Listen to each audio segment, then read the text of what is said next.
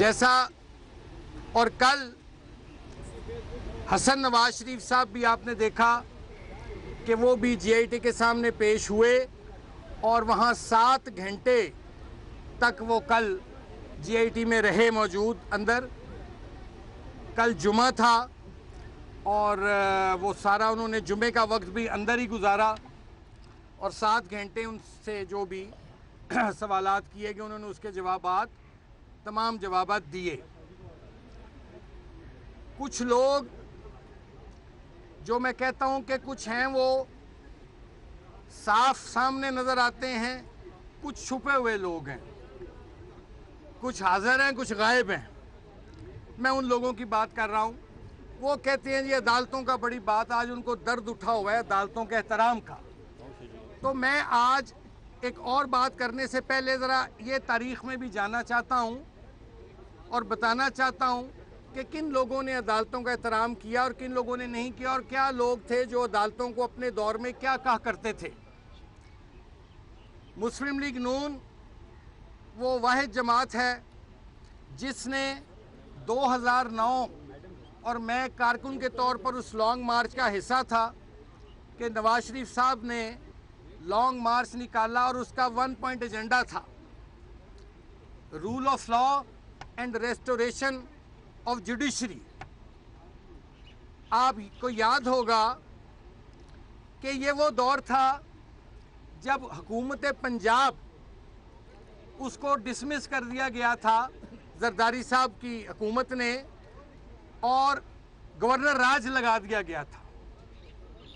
और वो क्या हालात थे जिनमें नवाज शरीफ साहब अदलिया की आज़ादी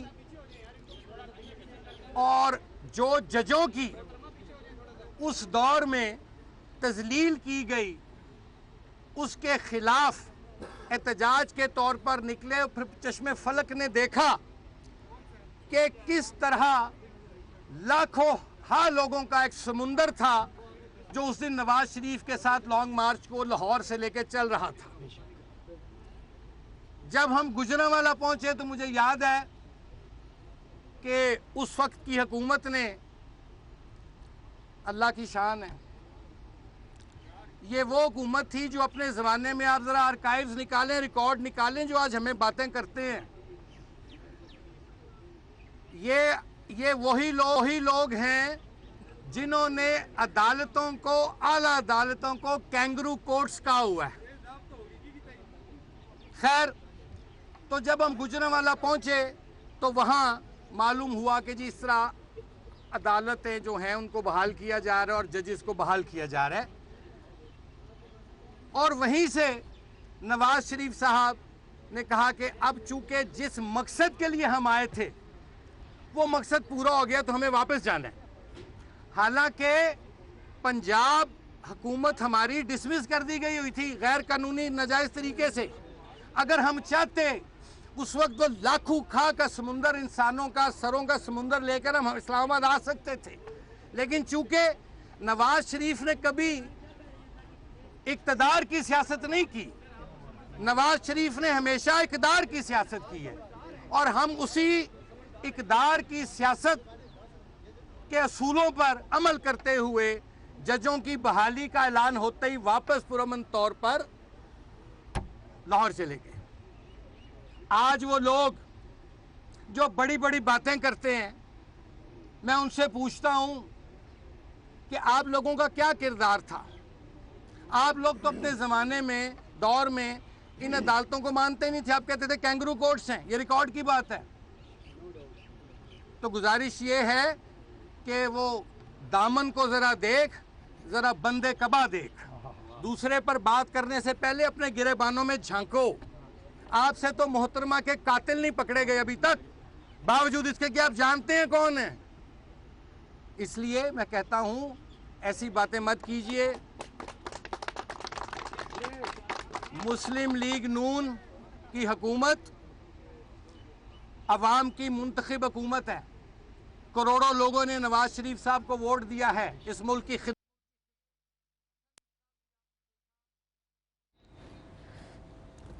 मुस्लिम लीग नून के रहनुमा इस वक्त जुडिशरी अकेडमी के बाहर मीडिया से गुफ्तगू कर रहे थे। उनका कहना था कि वाहिद जमात है मुस्लिम लीग नून जिसने अदलिया के लिए लॉन्ग मार्च किया और हम अदलिया का एहतराम करते हैं। आज भी करते, आइंदा भी करते रहेंगे। हमारा मुतालबा क्या है भाई? हमारा मुतालबा क्या है? हमारा तो सिर्फ ये मुतालबा है कि जनाब हमें साथ इंसाफ होना चाहिए। हम पाकिस्तान के आम शहरी हैं, हमारे साथ इंसाफ होना चाहिए। अगर किसी को कोई भी, मैं बात जनरली कर रहा हूं, किसी को अगर मेरा चेहरा पसंद नहीं है, और हम लोगों ने आज तक जो सवालात उनसे पूछे गए हैं उसके हमने जामिया मुफस्सल जवाबात दिए हैं और आइंदा भी इंशाअल्लाह ताला हम ताउन करते रहेंगे। मुस्लिम लीग नून जीआईटी से, अदलिया से का एहतराम और आइंदा भी इंशाअल्लाह ताला हम ताउन करते रहेंगे। मुस्लिम लीग नून जीआईटी से, अदलिया से का एहतराम करती है, उनके साथ हमेशा ताउन किया है, करेंगे। लेकिन अगर हमें महसूस हुआ कि कोई हमारे साथ कोई बर्ताव जरा कोई हटके किया जा रहा है, तो फिर हमारा वो आईनी और कानूनी हक है कि हम ऐसा कोई अगर बर्ताव हमारे साथ किया जाता है तो हम फिर आला अदालत उज़्मा का भी दरवाजा खटखटाएंगे। हम आप दोस्तों से भी राब्ता करेंगे, हम आवाम से भी राब्ता करेंगे। पाकिस्तान इस वक्त जिन मसाइल से और चैलेंजेस से गुजर रहा है, हमारी चॉइसेस जो हैं वो इतनी कोई ज्यादा नहीं है। नवाज शरीफ पाकिस्तान के सर्वाइवल की जंग लड़ रहा है, ये मैं जाती तौर पर जानता हूं। वो पाकिस्तान को एक माशी ताकत बनाने के लिए लड़ रहा है। वो पाकिस्तान को एक बाहर की दुनिया में, आलमे अक़वाम में एक अच्छा दर्जा देने के लिए उनकी जदोजहद है। वो एक मुंतखब वज़ीर आज़म हैं, उनका नाम पनामा केस में नहीं है।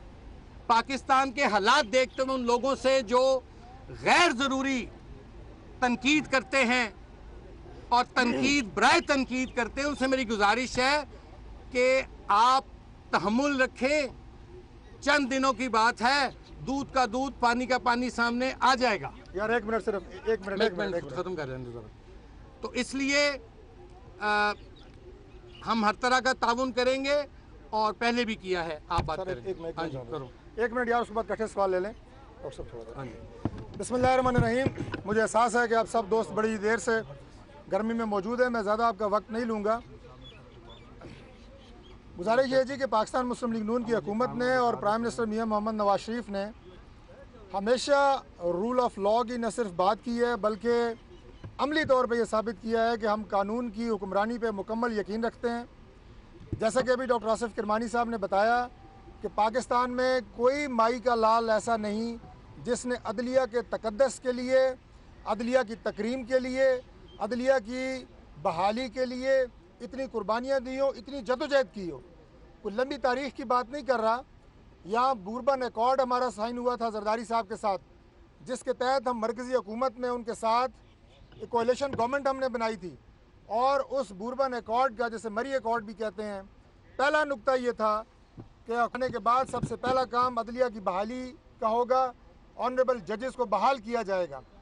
लेकिन जब पाकिस्तान पीपल्स पार्टी की हुकूमत अपने उस मौक़िफ़ से हटी तो हमने मरकज़ की हुकूमत से अलग होना पसंद कर लिया, लेकिन जजेस की इज़्ज़त के ऊपर हमने कंप्रोमाइज़ नहीं किया।